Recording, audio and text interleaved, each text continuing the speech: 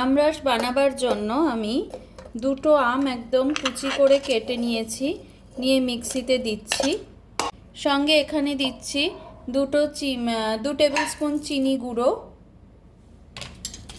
খুব সামান্য একটু দুধ ব্লেন্ড করার জন্য, তবে পরে আবার দেব।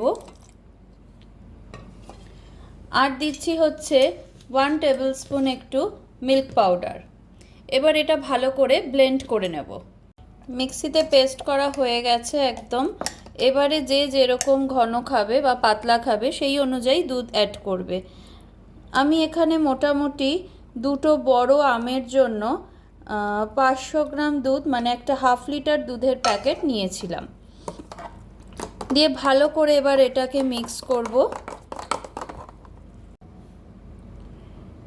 রেডি আমরস এইভাবে গ্লাসে ঢেলে দিলাম, বরফ দিয়ে। সবাই সবার ইচ্ছে মতো খেতে পারেন।